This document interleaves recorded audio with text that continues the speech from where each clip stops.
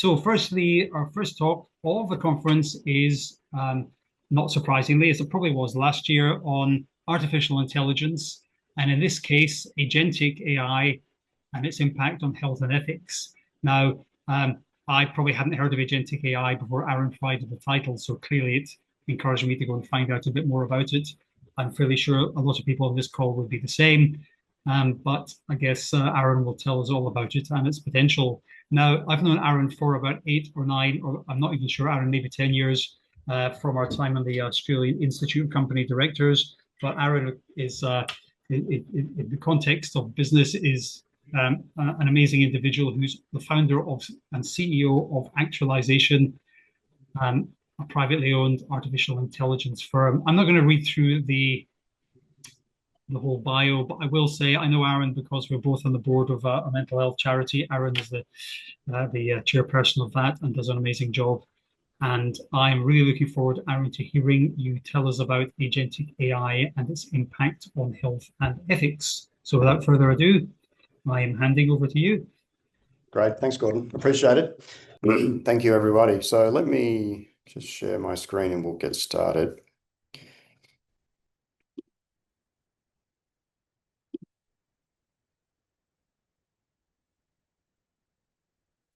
When I was going to school, I had a few great teachers and a lot of mediocre teachers. And the thing that probably kept me out of jail was books, because I could go read what Aristotle wrote or what Plato wrote. And I didn't have to have an intermediary in the way. And a book was a phenomenal thing. It got right from the source to the destination without anything in the middle. The problem was you can't ask Aristotle a question. And I think as we look towards the next 50 to 100 years, if we really can come up with these machines that can capture an underlying spirit or an underlying set of principles or an underlying way of looking at the world, then when the next Aristotle comes around, maybe if he carries around one of these machines with him his whole life, his or her whole life, and types in all this stuff, then maybe someday after the person's dead and gone, we can ask this machine, hey, what would Aristotle have said? What about this? And maybe we won't get the right answer, but maybe we will. And that's really exciting to me. And that's one of the reasons I'm doing what I'm doing. So what do you want to talk about?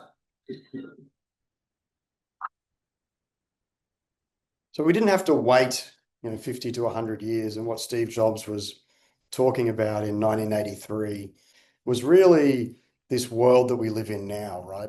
Where we have access to data, lots of different types of data, but in a standard format now. And this is the wonderful thing about the world that we live in right now, is this ability to interrogate data like never before. Now, today and this morning, I'm going to talk about agentic AI and what that means for health and ethics, but also what it means in the business world right now. And this is the first sort of industries that are adopting this technology. But I just want you to think about, what if all the data that you work with was all the same, and that you had the ability to interrogate that data like never before. So my name's Aaron Zamykal, and thank you very much, Gordon, for the kind introduction. Very passionate about mental health, of course. But I do run a company, and that company is called Actualization. And we're over 10 years old. We have 4 offices around the world, 2 in Australia and 1 in Asia and 1 in Europe. And we've been running for quite a while in this new world of AI, right? But 120 passionate people trying to solve very complex problems, but also to really think about our impact on the world. And what does ethics really mean for us as a company and for our clients that are starting to use agentic AI in their organizations? I think, when Gordon asked me to present today, I was really passionate and really wanted to join the conversation, because I don't think our industry really thinks about this too much. And as the market leader in Australia, we really do, right? And we want to get better at this. So I'm just going to start. In 2016, a major event happened in in the world of artificial intelligence.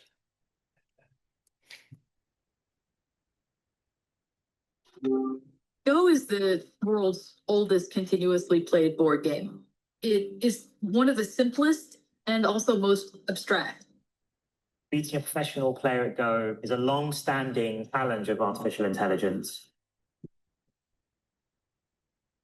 Everything we've ever tried in AI just falls over when you try the game of Go. The number of possible configurations of the board is more than the number of atoms in the universe. AlphaGo found a way to learn how to play Go. So far, AlphaGo has beaten every challenge we've given it, but we won't know its true strength until we play somebody who is at the top of the world, like Lisa Dodd. Like no other is about to get underway in South Korea. Lisa Dodd is to Go what Roger Federer is to tennis. Just the very thought of a machine playing as human is inherent. The place where the man has. Welcome to the DeepMind Challenge Full Wars, Washington. Can Lisa Dodd find AlphaGo's weakness? Whoa. Is there, in fact, a weakness? The game kind of turned on its axis. That is not a cost base. It's developing into a very, very dangerous fight. All the phone. Reels them through. In the end, it is about fraud. I hate this something a drop. Yes, It's got to be in there. These ideas that are driving AlphaGo are going to drive our future. This is it, folks. I don't know if anyone's seen that wonderful documentary, AlphaGo. It was on Netflix for a while. Now it's freely available on YouTube. But what they didn't talk about in that clip was that, Lisa Doll was better than Federer, right? He hadn't lost in a long time. And he lost the first 3 games against the algorithm. And he won the 4th, and then he lost the 5th. And he stood there and said, look, I just can't beat it. And you might have seen his jaw drop open, and he went outside for a cigarette. It was complex, right? The algorithm that he was playing could see moves in advance like never before. And in the game of Go, there are up to 200 different moves per turn, right? So way more complicated than chess. And so we talk about, those foundations, and that algorithm was built on a very old system called Monte Carlo, which is used in project management. And we had a situation where, he just couldn't beat it. And so we use that type of technology and those type of learnings as we move forward to be able to improve these algorithms and their function. Now, we're kind of immersed in AI, and everyone's talking about AI, of course, and how new it is and the impact on society. But AI is actually very old, right? And really, we can go back to 1764 from the Bayes theorem in that period of time, and we still use the foundations of that predictive theorem today. In 1842, the daughter of Lord Byron, Ada Lovelace, wrote the first algorithm, right, for a thinking machine. And, Ada is the queen of AI. We love Ada. And, her love of mathematics was really fostered at that time, which was very unique back in 1842. Of course, zooming into 2012, where was before AlphaGo, but I was in Dubai speaking at a conference, and there was a breakthrough at that time with Google connecting 1,000 computers together and creating this thing called an unsupervised neural network. This was very interesting, right? Where it was able to, there was no sort of hypothesis. What should it do? Just read YouTube. It was really the remit. And within a couple of weeks, the unsupervised neural network formed its understanding of a cat. Now, it did that because there's more cats on YouTube than any other item or object, but this was a real breakthrough, right? That we, just like a child's brain, we didn't really have to point it into any sort of direction, and it could start to create by itself. And of course, in 2018, AlphaFold, which was the same guys from AlphaGo, this technology of predicting protein structures, which I'm sure many in the room understand. I do not, but a major breakthrough in our community. So what is really happening around sort of human performance versus some of these AI models? And, I talk to the business community and lots of different industries all the time about this and saying, well, the capability of these AI models is really accelerating. And maybe not as fast as the early days, but we're seeing a consistent improvement. And how do humans, and we're all humans, right? How do we use these models and this technology to help us? So some of the latest sort of research and index around technical performance benchmarks versus human performance is really quite interesting, right? The dotted line here is sort of, baseline human performance at 100%, and starting to look at some of these models and how they perform. And when what we see here, right, is that, image classification, medium level reading comprehension, multi-level multitask language understanding, PhD level science questions, visual reasoning, English language understanding, competition level mathematics are all above baseline human performance. Now, I don't believe in a world of AI being out in front. I believe that humanity will always prosper and survive and should lead and control these models, right? But we have to think about this. We have to think, well, without these, can I compete? Right? Earlier, it was mentioned around doing more with less. I always ask, and webinars are a little bit difficult. Normally I do these on a stage in front of lots of people, but I ask the audience, who is underworked? Right? Who is underworked? Most people are feeling overworked, and there's this sort of pressure and this requirement to try and process more, right? To do more. How do we do that? So some of these answers are here, of course. Some are yet to be discovered, but I really sort of challenge you and think about, well, how could I use this technology to help me to support my decision making, right? And we talk, obviously, we're talking about ethics a little bit today, right? I mean, my focus is on AI and the impact, but we have to think about ethically, how do we roll these things out and how do they impact the work that we do?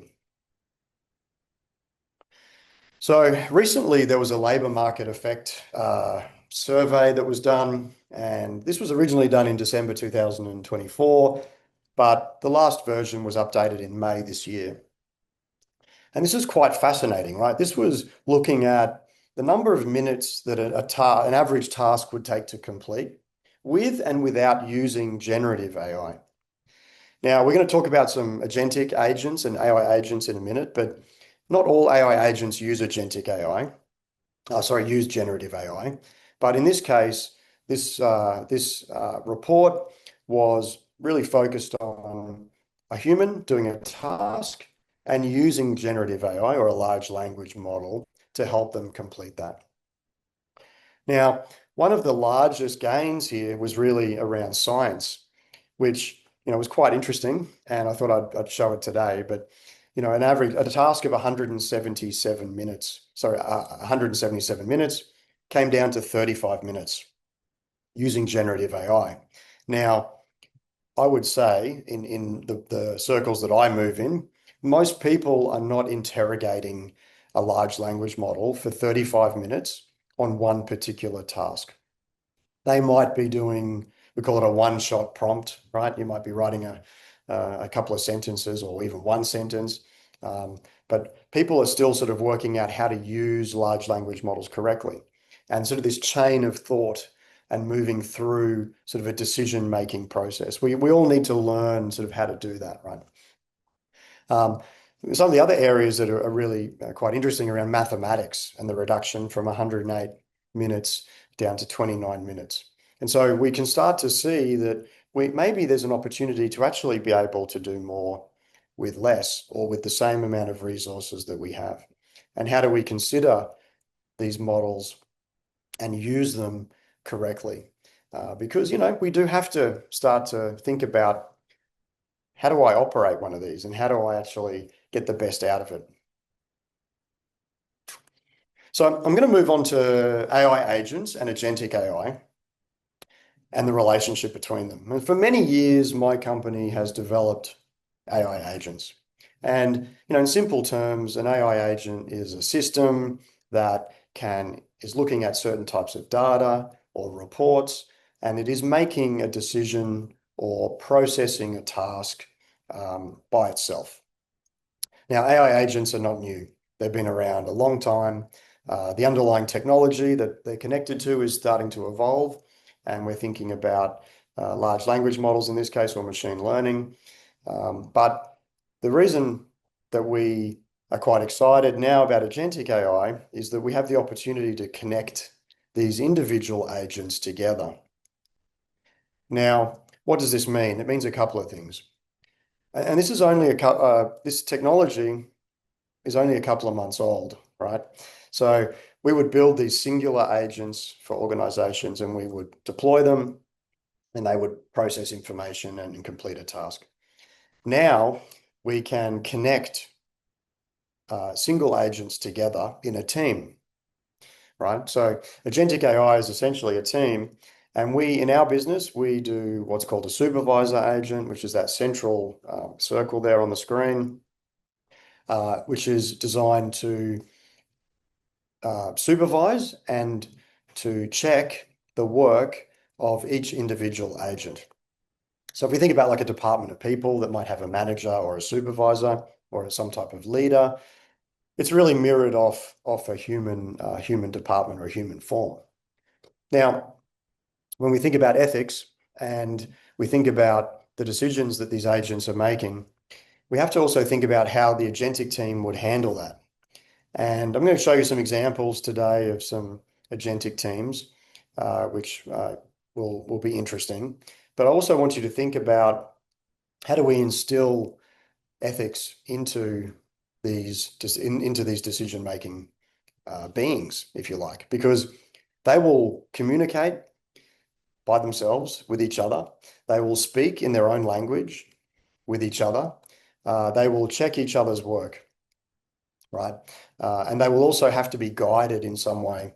And the supervisor agent is very important in this new world of agentic AI. And we really see it as the keeper of the ethics and the keeper of the guardrails and the important decisions that have to be made or not be made, right? So we're very excited about this. I mean, the system to connect these together is quite special, but also gives a great opportunity for each agent to be very specialist at a particular task, but also work together as a unit. Now, there's going to be a couple of sort of protocols that we're going to talk about where we will have two key areas, right? So the one that you're going to hear a little bit more about this over the next year or so, but essentially MCP, which is Model Context Protocol, and A2A, which is Agent to Agent Protocol.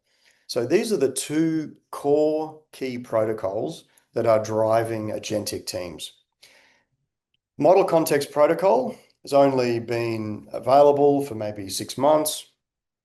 A lot of organizations are working out how to use it, but we think about MCP as like a tool bag, right? Where an agent can go into the tool bag and it can access the truth, it can access data, it can access information that it needs to be able to make a decision, to reduce the tendency to make something up or to hallucinate, right? MCP is a wonderful protocol that's really going to give surety and consistency to these models. How do we embed ethics into that as well, right? And potentially we're thinking about, well, maybe that's a tool that the agent needs to use in certain situations or maybe in all situations, right? But MCP has the access to maybe the API, so connecting to software and the data behind that software. It could connect to a database or multiple databases.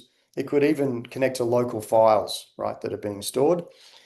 But a key area is the tool area, where maybe there are documentation or content that it needs to access at certain times in its decision-making process, and not to be let loose or to make things up in a confident way, because we know that large language models can do that, but to actually grab these tools and say, this is what I'm actually going to use in this situation. So do we see ethics as a tool as part of MCP? We're still sort of working through that, right? Lots of new technology. The other side is A2A, an agent-to-agent protocol. And this is really this system or this ability for agents to communicate with each other. And the key thing here is that each agent has one specific task, and it only does that task, right? And that allows for it to improve its accuracy. It doesn't get confused, but it's a singular kind of operating system. And it can be now, because it can work together with a team of agents in producing an outcome that the supervisor agent is striving for.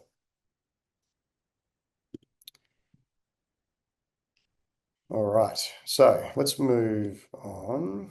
So I thought it would just be interesting to share just two sort of teams or agentic teams that are being deployed into the business world, and maybe you can think about or see some of the opportunities, right, in what you do. So one of the teams that has been deployed is around the project team, and this team has 5 individual AI agents that are working together to produce a result. So in this case, we have the project oracle, where the project oracle, the red agent, is all it's looking at is key projects that are being delivered or in the works. And its job is just to look at the project status and predict any type of delivery risk to this project being delivered. That's its only job, right? Understand the status and look at all the data to compute a delivery risk or possible warning signs of a delivery risk. If it has done its job as per the you can see in the center, there's the supervisor agent. The supervisor agent's job is to understand the overall goals of the project team. What are the key areas that we need to consider? It potentially also could hold maybe an ethical framework, right? Or some type of guidelines or rule book or information that it needs when it's considering each work from each agent. So if the project oracle passes the test and is aligned with the overall goals of the whole team, then the financial forecaster can also be included in the work. And the financial forecaster agent, so the top right agent there, is all about looking at financial data and market trends and building scenarios and models around an impact on the financial future of the project or multiple projects, right? And so it's looking deep into, and it's using predictive methods, predictive reasoning to make sense of what's coming. And is that going to have an impact financially on this project? The CIU unit, so the competitive intelligence unit, is all about external information coming in. So in a lot of project delivery teams, they can be quite blinkered, very focused on the project, but then forget about what's happening around in the external markets. And that could be around pricing shift or different product launches that might be able to be brought in to help the project, etc. So its job is really to gather external intelligence and enrich the team with that knowledge. The last agent here is the board reporter, and really that's an agent just on reporting, on insights, understanding, embedding natural language into the data to make sense of that and to report on that. But all of these agents are centrally controlled by the supervisor agent. Now, this type of structure is very new, right? And as far as we know in Australia, we're one of the only firms in the country that have actually deployed working agentic teams. So it's very early days, right? But there's a great opportunity to really understand the ethical impact of these agents and how they work. And when is the human involved, right? We didn't talk about that previously, but when these agents are being trained and structured, it's very important that they understand when to stop, right, or when to start. This is a critical thing. Human in the loop, we call it. The other side is around the operations team.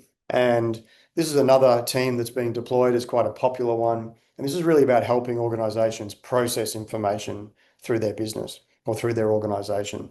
And so the cognition extractor, which is the red agent here on the left, is all about ingesting external information.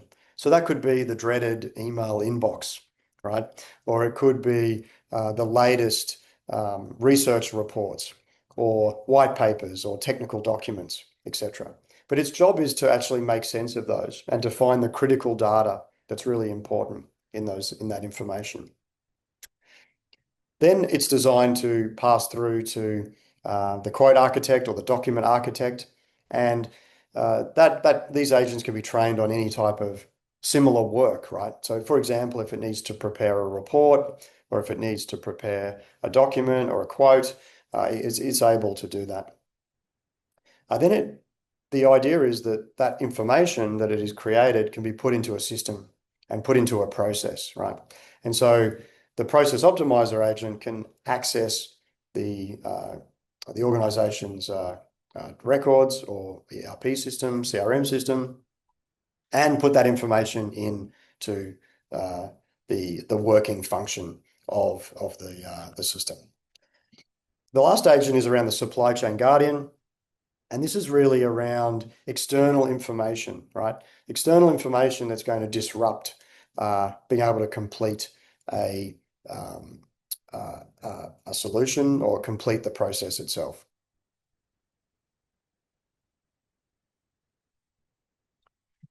So I just wanted to also show that, and this is quite interesting, around sort of the latest research from McKinsey.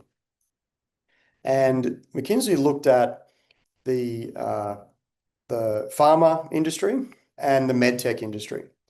And their job was to really analyze, okay, what domains to look at. So for example, in pharma, research and development, regulatory and quality, sales, market access, marketing, medical affairs, operations, IT, HR, and finance. These were the sort of the key areas for pharma. And what they were looking at was, could an AI agent, actually assist with part of the workflow? And from their research, they were saying 75 to 80% of today's workflows could be augmented by agents, right? Or an agentic team. Especially when you think about some of these more complex areas or some of the lower complex areas, you can see that, for example, in research and development, higher complexity agents could cover about 56% of the workflow.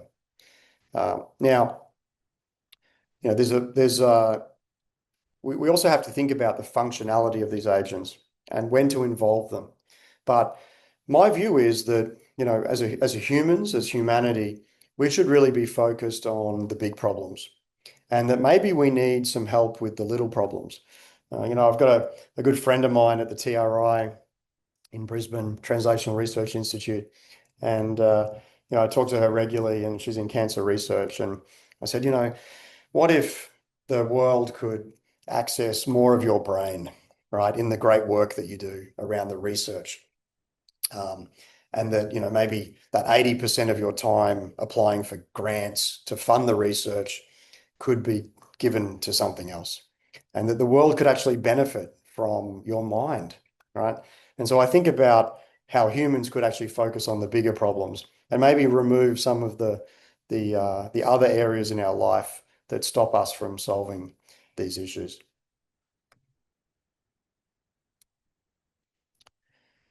So when it comes to the health industry, when we think about agentic teams and agents, what are some of the applications?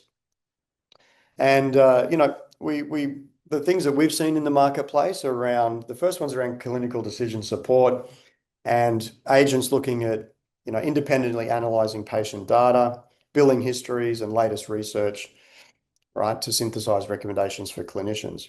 And we have to be very careful around these type of teams, and obviously the data and the ethics involved, and making sure that the humans are there to provide their guidance and to enforce certain guardrails, right? Very important.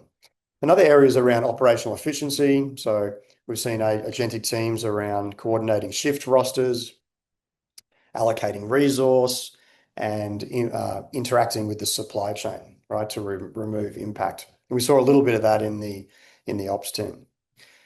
Patient interaction, so being able to think about how do we use these agentic teams to provide a better service to our patients, right? And so personalized information delivery could be medical instructions or appointment reminders. We have a client in the health fitness industry. It's one of the largest gym chains globally, where all the bookings are done via a voice AI agent. And the first time that they actually see a human come into the gym is, when they talk to them is when they're in the gym, right, face to face. But the booking, the checking of the diary, the finding out the appointment, etc., is all done by AI. Medical research, very close to my heart and passionate about that. Being able to look at agents that might look at literature reviews and cohort identification, anonymization and pre-screening, and being able to help our researchers in gathering information and making better decisions. Preventative health, so looking at agents that are looking at chronic condition management, lifestyle intervention. So being able to coach, we're doing a lot of work in that space at the moment, where the agents are guided by very specific areas and guidelines to actually coach people.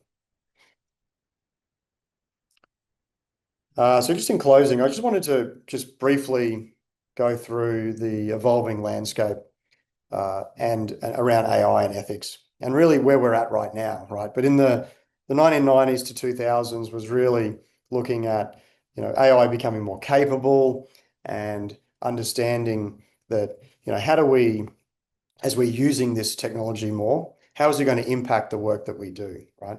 And the need for human oversight in that process. And then in the 2010s, the challenge of bias, and we talked a little bit earlier about bias, and I get asked, I think at every conference that I speak to, about bias. And humans are inherently biased because we are born in certain places, we are raised a certain way.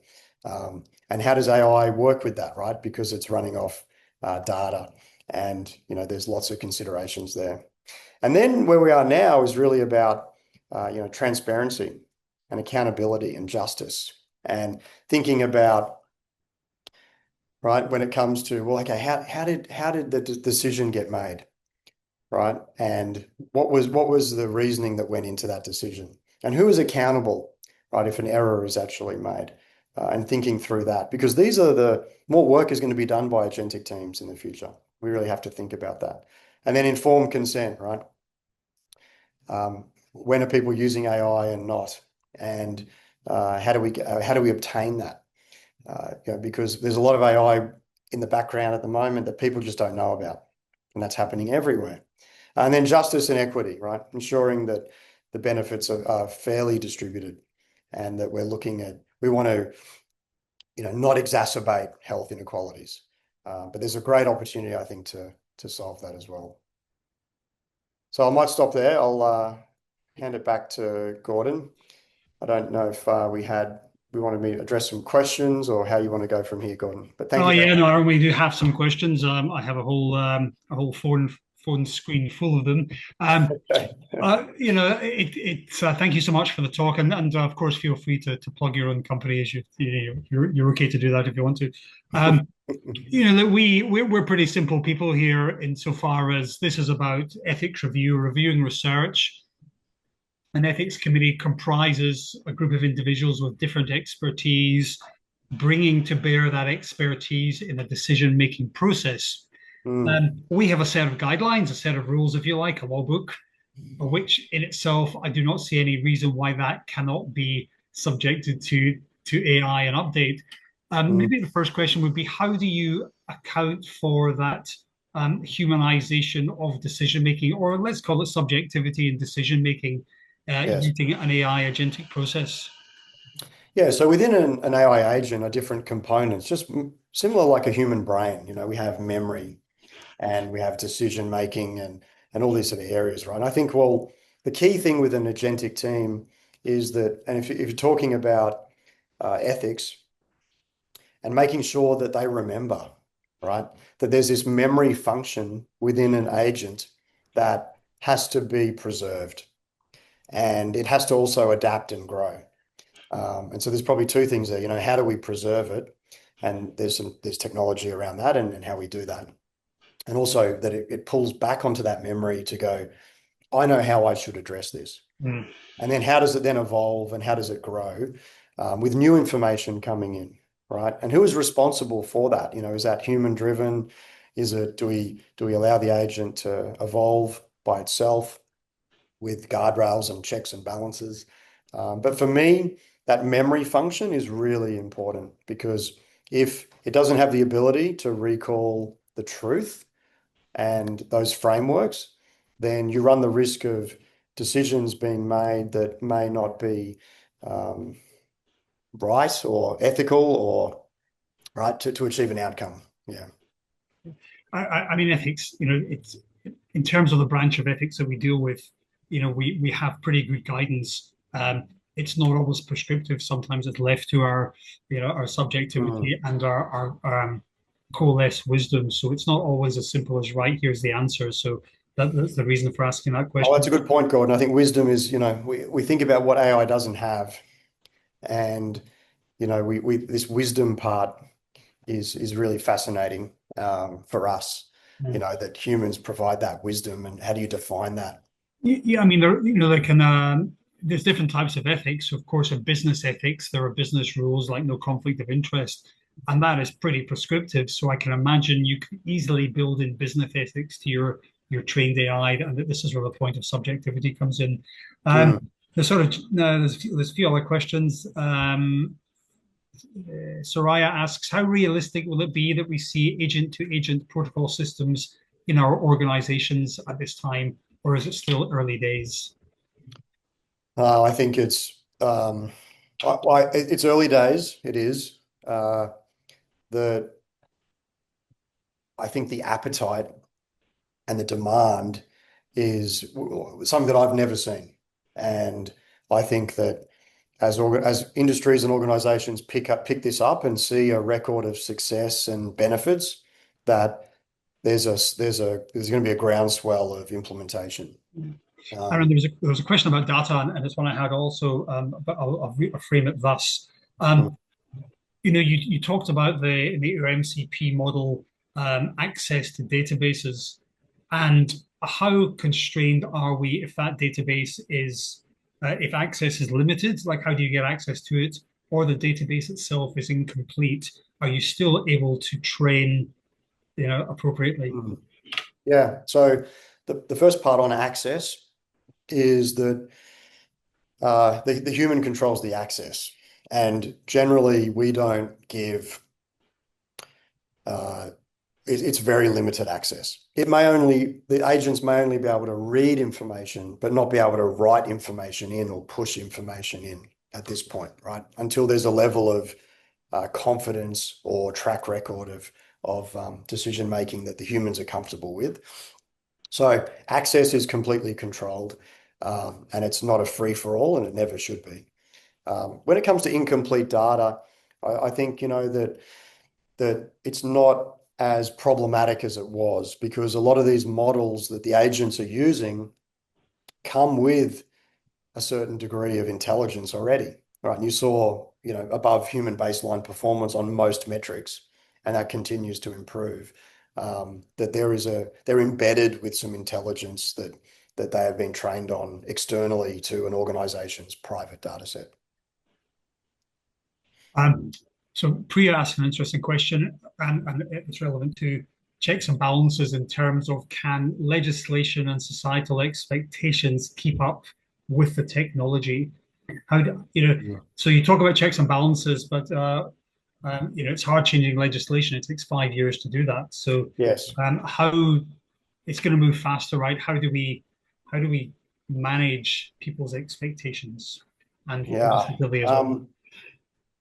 I think the technology is kind of dragging businesses and organizations along. It's dragging strategy along. It's dragging legislation along. It's way out in front. I don't think that's a good thing either, right? I'm all for regulation. We have really an unregulated industry, and in my previous years, I've gone through regulation and sat at the table of some of these tables to drive that. I think about these things. I think right now it's our responsibility as a leading organization in this country to do the right thing, but that is really not good enough. I mean, there has to be other frameworks and legislation in place. It's coming, but of course, it's human driven. It's slower, right? We're dealing in artificial things that are fast. Yet we are a society of humans, right?